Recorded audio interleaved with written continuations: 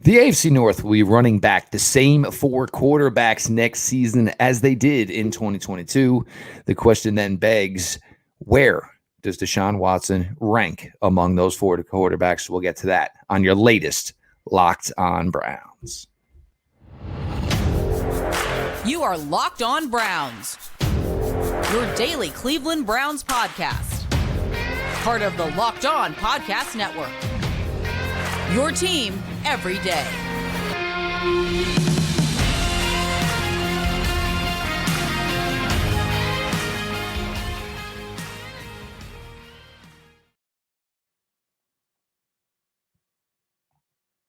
Show that never ends.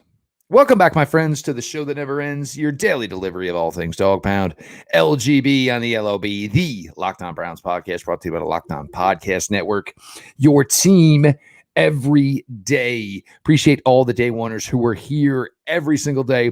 To all the new listeners over the last week with draft season, of course, make sure you subscribe on the YouTube channel. Make sure you have those notifications on.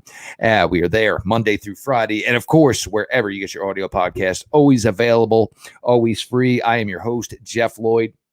I can't even believe I'm about to say these words. I'm going to my 8th season here on Locked On Browns, covering this team. We are here day in, day out, Monday through Friday. Some days, certainly more than just that. So appreciate you all for being along for the ride. We're going to get to some things here today. Segment 3, we're going to talk a little bit about, with Pete Smith joining us, a couple of UDFAs that Pete Smith thinks can be part of their path to making the Browns 53-man roster. We're also in segment 2 going to look a little bit deeper into Cam Mitchell, defensive back out of Northwestern, drafted obviously just recently by the Cleveland Browns. But opening up today's show, and again, Pete Smith, Sports Illustrated Browns Digest, here for the ride. Deshaun Watson, the AFC North is going to run back all 4 quarterbacks. You see now starting to see, roster rankings, AFC rankings, the Cleveland Browns in the top 10, some places as high as maybe 6. Pete, we kind of thought this would be a highly competitive division as far as the top quarterbacks within this division. There were going to be questions that certainly had to be answered through the offseason. Baltimore, obviously the biggest question of the AFC North, and which has probably been for a year and a half. That is no longer a talking point here. I think we're pretty sure who number 4 is. I think we're pretty sure who number 1 is. But there could be some cloudiness as how you're maybe viewing number 2 and number 3, however they're ranked currently. Yeah, I think there's a pretty substantial gulf between number 1 and then 2 and 3 right now, based on. And number 1 and 4 is the goddamn Pacific Ocean. Yeah, I mean, Joe Burrow is obviously playing at one of the best in the league, AFC Championship, Super Bowl appearance, trying to defend their division crown and all that. Lamar Jackson, to me, is ahead of Deshaun Watson right this second, because he's played more recently and he's played better recently, even though by Lamar Jackson standards, he hasn't played well and he's dealt with injury. Deshaun Watson, I mean, I don't think anyone would be terribly surprised if he gets back to being, close to 2020 form this year, even if he's not quite to that level, that the talent around him will elevate him enough to make up the difference. But based on what has been seen, it's not easy to immediately erase the 6 games you watched last year. You saw them whether you wanted to or not. And it wasn't very good. So it's impossible to justify being like, no, Deshaun Watson's just better because, he's just gonna magically do it. He's got to prove it, like a lot of these guys do. So that's sort of the thing, is like Lamar Jackson and Deshaun Watson should be very, very good for their teams. But it's been not great lately. And this is where maybe it gets kind of, interesting, obviously. Look, we all, agree what Joe Burrow is. And you could take his record, against Cleveland Browns. And, obviously for us, look, Browns fans, we're not going to complain about that, obviously. And I'm not by any means certainly saying the Browns have his number, but the Browns have found a decent amount of success against Joe Burrow to this point in Cincinnati. Kenny Pickett, we'll see. It's going to be, it's going to be a huge, huge jump here in year 2. But where we thought, we saw some of the struggles last year with Deshaun going to a new team, going to a new system, all that time off. And this isn't necessarily the case. We're not going to make these same storylines, excuses, et cetera, for Lamar Jackson. But Lamar Jackson, it is going to be a new offense. There are going to be some new pieces to it. Does this offensive coordinator want to give him the freedom, to do as much as he did with his legs in the past? This was always the thing. The Browns weren't paying Lamar Jackson a ton of money, and they weren't looking at necessarily year 2, year 3, year 4 down the road from where they currently are financially with him. Now they have to. There's a lot of money invested there. And, whatever the reasons were that he missed time over the last 2 years, we're not going to speculate on all that. But for Lamar, this appears to be where maybe they're going to ask him to do more with his arm. And, the yearly excuse of the Baltimore Ravens have fixed the wide receiver room. But it's going to be interesting this year because this is not going to be the offense he's been accustomed to for all these years. And they're hoping and maybe relying on the fact that he can make more plays with his arm. Sure. Look, I can appreciate the Ravens' approach, but I think spreading it out makes a lot of sense. If for no other reason, then if they have all these guys, these BBs flying around the field, that it should create some easy running lanes for him as opposed to QB power. So that part should be great for him. But I do have questions. Odell Beckham with back-to-back ACL surgeries on the same knee. I like Rashad Bateman, but he hasn't played a whole lot. When we do what wide receivers down the line, there's going to be some conversations to be had because potential versus what you've actually done, it matters. Not to mention, he hasn't exactly been happy with his stay so far. So does that become an issue? Zay Flowers makes a lot of sense. I think he could be good year 1 as a 3rd, 4th option because I think, like I said, if they're trying to space everything out, I think he could take advantage of some of that and create some plays. And then, they got a lot out of Devin Duvernay last year, and they've still, for some reason they added Nelson Aguilar. So they've got one other guy to sort of add in. So you've got all these pieces, parts. You still got Mark Andrews. You've still got Isaiah Likely. So there's a lot of things that can make this work. But is this new offense going to work in terms of, is Lamar going to be able to deliver? He should. To this point, has not been great with smaller wide receivers. So it was interesting that the Ravens drafted Zay Flowers, who's a smaller receiver. Maybe that was more of a Todd Monken problem than the Lamar Jackson problem, but it's, Marquise Brown has been very good, not with Lamar Jackson. So I'm curious to see if they can sort of get over that hurdle. So it's all there for him. They're doing what he wanted. They're doing what a lot of people have wanted for Lamar Jackson. Now there's a lot of pressure, obviously, with the contract on top of everything else. They needed to all come together and do it quickly. The thing here, Pete, and look, I think we still believe that Deshaun Watson is every bit the player that he was in 2020. Obviously it's been a lost, at this point, we got to be talking about 30 months, whatever it is, of course.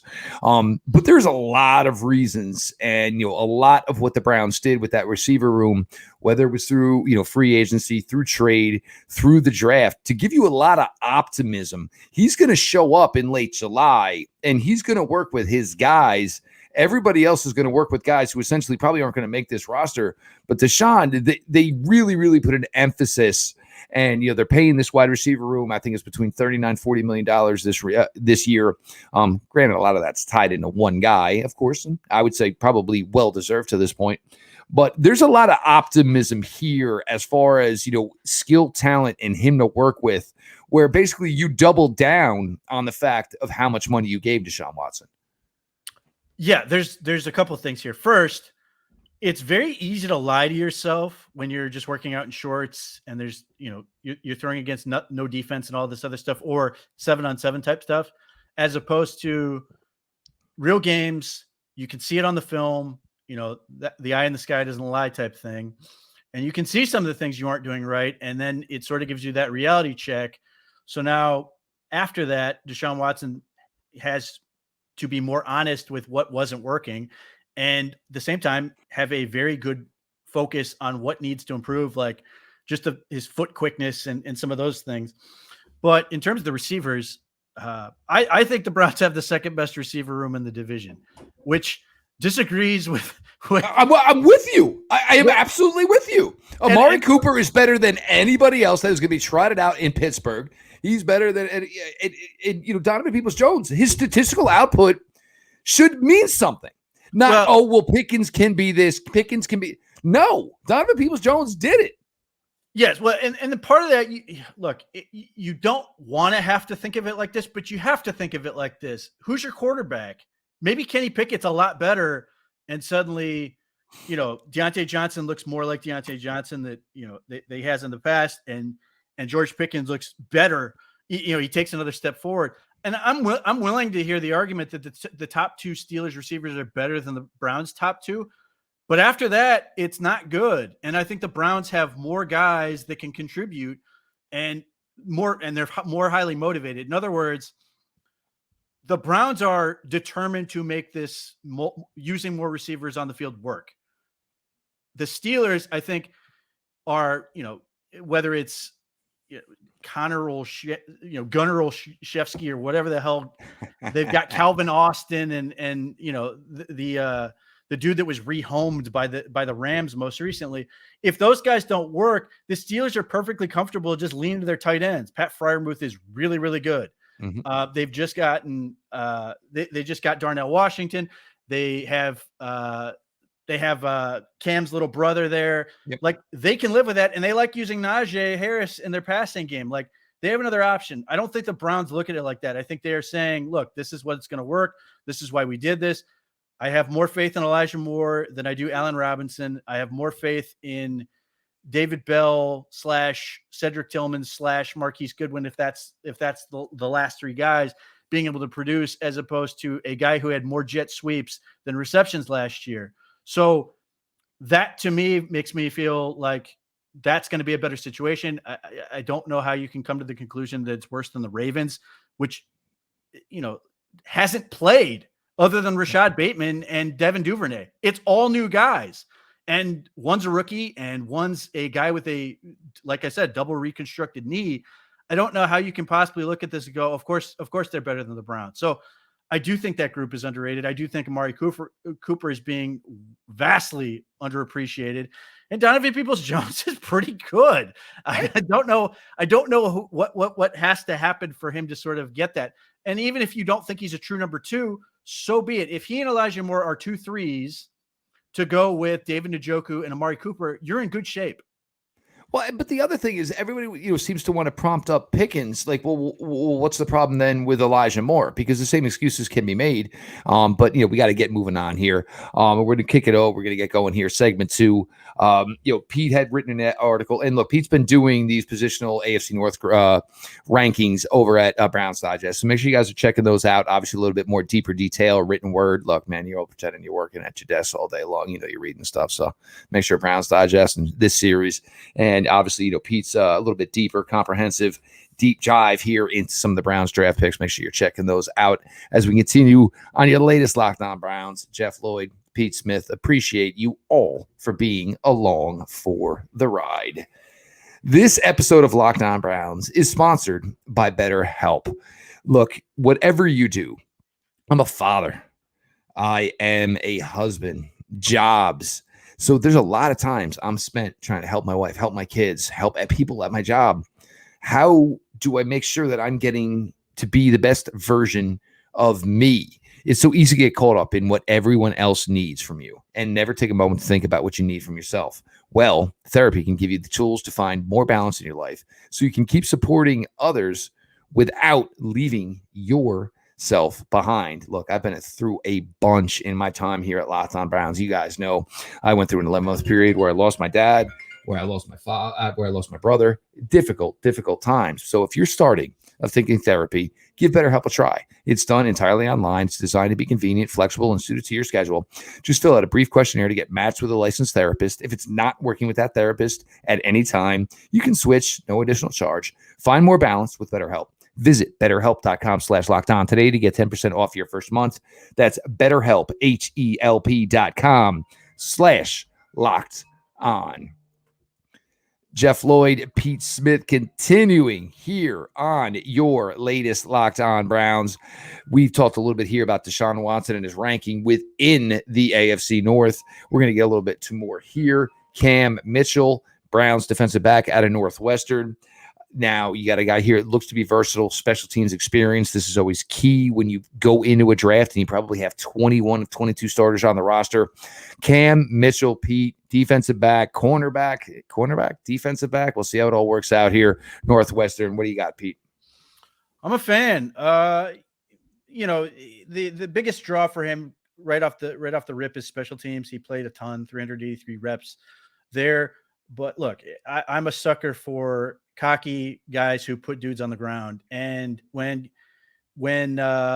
he's right in how he tackles, he can make impact tackles. And the game, in terms of coverage, like he's a man corner. Like Northwestern does occasionally some zone stuff with some drop shuffle technique, but it's either a lot of tight man or like match quarters type stuff for the most part.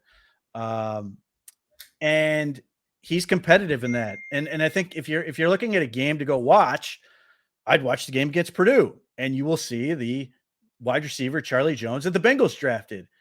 And Charlie Jones is a fine player who's too old at 24-ish or whatever he is. And like I watched that game, and Charlie Jones gets one touchdown on a broken play, and it's a great play by him. But I don't think he liked dealing with Cameron Mitchell's physicality and ability to sort of stick with him in coverage. And that's the game that sort of stands out to me. And I know like PFF didn't think too highly of him and all that in terms of grading stuff, but just in terms of watching him compete and some of the things he does, he makes a couple pass breakups and all that stuff. And, I can easily see why the Browns like him. He's very good with his feet and like in breaking routes. There is a Greedy Williams-esque quality in that he sort of gives up cheapies when he's off man and sort of allows underneath plays to come out because he doesn't want to get beat deep. But for a guy that could potentially slide to the slot, if you want to put him up tight in coverage or off, I think he's going to be better there in part because he'll have safety help. So he won't feel as worried about getting beat deep and he can play more aggressively. He's got some, a lot of physical traits as well as his just production profile and athletic profiles are very strong. Like if you go off historical data, if you're like me and you subscribe to like Jim Coburn's Geometrics, Cameron Mitchell on historical data is barely below a multiple time Pro Bowl level. Obviously that's very difficult to do if he's primarily playing in the slot, but that's sort of the high range outcome he can be. And Cameron Mitchell is a guy who can play inside and outside. So he gives you options, which the Browns love. And we'll see how much Jim Schwartz wants to just sort of put guys in spots and leave them there. Or if he looks at this and goes, you're getting a defense of the week where we're going to have, Martin Emerson follow T Higgins around and Denzel Ward is going to follow, Jamar Chase around and who's going to cover Tyler Boyd type thing. We'll see if they do that. That could allow some interesting opportunities. Cameron Mitchell is also a guy who I think is someone who can be an effective blitzer, which, Jim Schwartz in general, not a huge fan of that, but I'm curious if he wants to do a little bit more just with the way the league is going. And because he has dudes to do it, that might be more appealing. Well, Pete, the thing with Cam Mitchell, look, if you're not an elite athlete and you're playing a cornerback position, you got to have ways to compensate for the fact that you are not an elite athlete. That means you better be strong with your jam technique. That means your footwork better be pretty damn close to flawless because you're already at a disadvantage going up against these guys. And it also means that you kind of have to be able to willing to play. And we always talk about these types of guys, Steven Nelson, Steven Nelson was one from the past. Obviously, the Browns have Thomas Graham on this roster. You got to be willing to play the mind game. You've got to do everything you can to understand that maybe the guys you're going against just have better athleticism than you. So the one thing you can't control is getting more athletic, but the one thing you can control is fine-tuning technique and fine-tuning mind games and, being able to get in somebody's head. And a guy like Cam Mitchell, look, he went to Northwestern, obviously he's smart in some aspects. So he's found a way to, maybe find a good combination of using his intelligence and, basically trying to nail down the things he can nail down. Absolutely. Look, the Browns have a type, clearly. And they've got a pretty good track record of picking corners too. But Jim Schwartz knows what he wants. He wants guys who play man, who wants guys who are not afraid. Cameron Mitchell is not afraid. And that's, you and I love these cocky guys because if you beat me for 35 yards, I'm going to still stand over here and run my mouth. Yes. I mean, like, listen, if you're going to play a position where you can get beat like that, you have to have the confidence to bounce back, line up again and do it. You can't cry or pout or whatever and get in your feelings because you got beat. You have to be able to get back in there. So I like those guys, and I like guys who get other guys fired up. I don't know. Cameron Mitchell's not quite in the Thomas Graham / Jairee Alexander category for that, but he is not afraid, and he's a confident kid who's going to keep competing. And that's evident when he played Ohio State. You've got multiple first-round picks going there, arguably the best in the country in Marvin Harrison Jr., and he's not backing down, and he makes plays on the ball in that game. Like, the Browns, I sort of make fun of the idea that, look, they just basically pulled up Georgia's schedule and started watching games and said, okay, we're going to pick anyone who played well against them. And they picked 4, and then they put on Ohio State's tape and started picking guys who played well against them, which included Cameron Mitchell. In my view, I think they are big, and they acknowledged this with Alex Wright last year at UAB. They played Georgia. They seem to put a lot of emphasis on how do you play against the best in the country, and I think that gives them a little bit of a good feeling in terms of what Cameron Mitchell can be. It gives you kind of an example of, are you not afraid to be the biggest dude in the room? You know what I'm saying? Like, are you not afraid to, back down from the competition? And, when you say this with Georgia, we talked about this recently when you were on here in the past with Isaiah McGuire. Don't be afraid to be the biggest tough guy in the room. You understand you're probably going to lose, but you might as well go out there and fight the fight that needs to be fought. Cam Mitchell, it's going to be fun because, this is a really, really deep cornerback room. There's, a lot of guys here, a lot of guys can do some things. So really, really interesting to see the way this all shakes out. One more thing on Cam Mitchell. The one other thing I can say about Cam Mitchell, Northwestern stunk. They were 1-11. You never see that in how he plays, which I think also is helpful for him. It's easy to be, it's easy to care and play hard when you're 12-0. They were 1-11, and they were every bit of a 1-11 football team. And he stayed with it. It's important. And, you go into a situation here and, obviously coming in where, this is a team that's figured, in the top half of the AFC overall, for a guy like Cam Mitchell, this is an opportunity. He's never really gotten to be around much of a winner here. Going to get to segment 3 here. You're getting a little tight on time, but that's okay. That's okay as the week goes on. Everybody stick around here. Make sure you subscribed on YouTube. For the audio side, always available, always free on your favorite podcast platform. The Everydayers, starting to look forward to a little later in the week here. We're going to get to talk about some 2023 NFL schedule. Appreciate you all for being along for the ride. Pete, we're going to start to get to see some of the new guys here over, obviously the weekend here. And with the Browns, couple of moves today, obviously starting to accommodate, some of these undrafted free agents. Ben still gone, Marquise Stevenson gone. These are guys, look, it's the time here. The Browns, these are 2 positional groups that the Browns are trying to severely upgrade. Got to cut some weight here. But Pete, with that means, there's going to be some guys here, and it's not just the drafted guys. And this is a fun undrafted free agent class. We've talked about Hassan Hall digging further in his career. There could be that Jerome Ford path for him where maybe he handles kick return duty here as a rookie. There is the Ronnie Hickman. There is Phelps, obviously. Tanner McAllister as well. There's a lot of things to work with here as far as a UDFA class. And granted, a lot of times for these guys, things got to break right for that opportunity to get you there, to get you in position to make a final 53.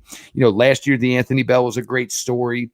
This year, UDFA-wise, you're coming in with the guys with probably a lot more potential to make the roster than when it started last year for the Anthony Bell. Yes, I'm actually writing about this and why I think the Browns went this route. And why it could be really beneficial. I think Lonnie Phelps is going to make the Browns team. And it's 2 reasons. One, his style of play. He's a speed rusher. He got no hips no ankles. That's fine. This isn't Joe Woods' defense anymore. This is a little different now. He is just he does a lot of the things you want Takk McKinley to do. I mean, he's going to fly off the line of scrimmage. He's going to turn, and he's going to try to convert speed to power. He's a big fan of slipping inside and doing that stuff. And the Browns want more speed, and he's a guy, along with Abonya Okoronkwo, that can sort of give you that edge pressure. But the thing that I think is going to seal it for Lonnie Phelps, as long as he doesn't sort of, screw it up in terms of he just can't, his pass rush can't win, is he plays special teams, and he is a maniac on special teams. He is freakishly strong. He put up 31 reps on the bench press at 244 pounds, which, you take what you will from the bench press, but it's 225. He weighs 244. He did it 31 times. He's pretty strong.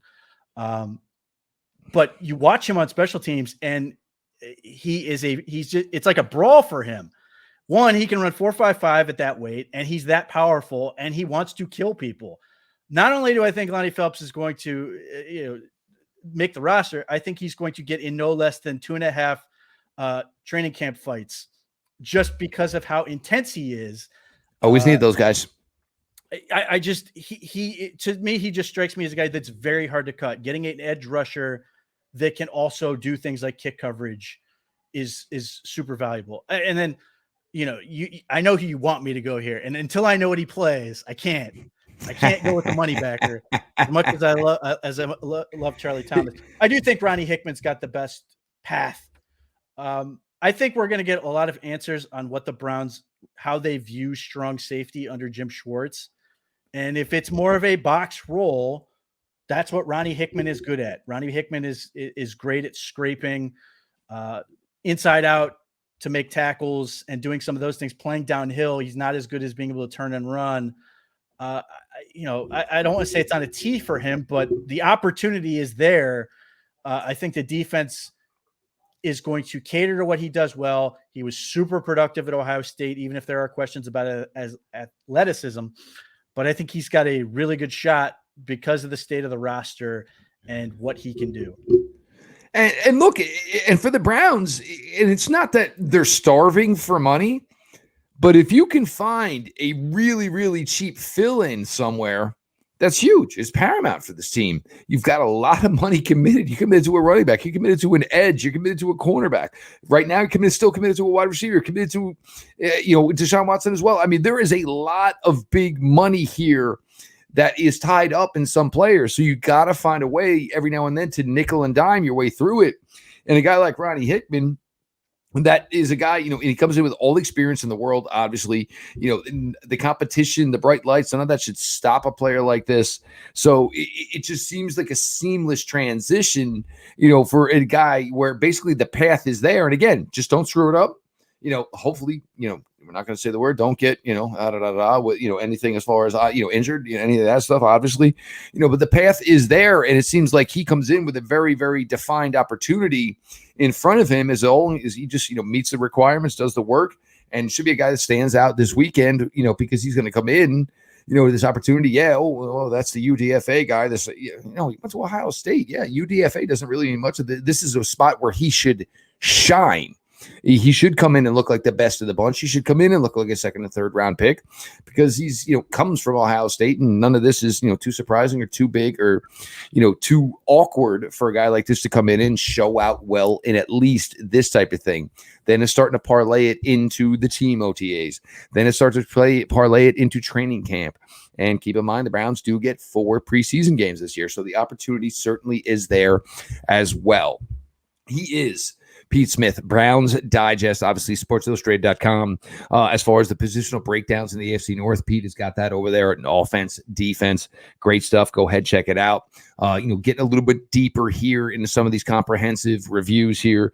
Did Cam Mitchell today. Make sure you guys go ahead, check that out. There's a full written one up as well on Browns Digest for you as well. Make sure you're following @ Pete Smith _ myself, Jeff Lloyd. Look, this is my 8th season. And again, it just sounds so crazy. 8th season covering the Cleveland Browns, hosting here at Locked On Browns. We're here day in, day out, Monday through Friday. And like I said, a lot of weeks, it's more than that as well.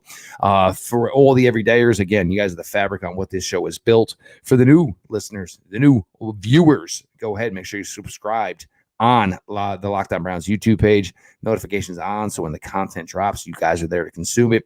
Audio-wise, we will always be there on your favorite audio platform, and we will always be free. We got to some good stuff here today. Obviously, Deshaun Watson and his ranking in the North, Cam Mitchell, the deep dive, and a couple of UDFAs from Pete, who we think could shine this weekend and start opening the doors for themselves for a roster spot come September. This has been your daily delivery of all things Dog Pound. LGB on the LOB. Let's go Browns.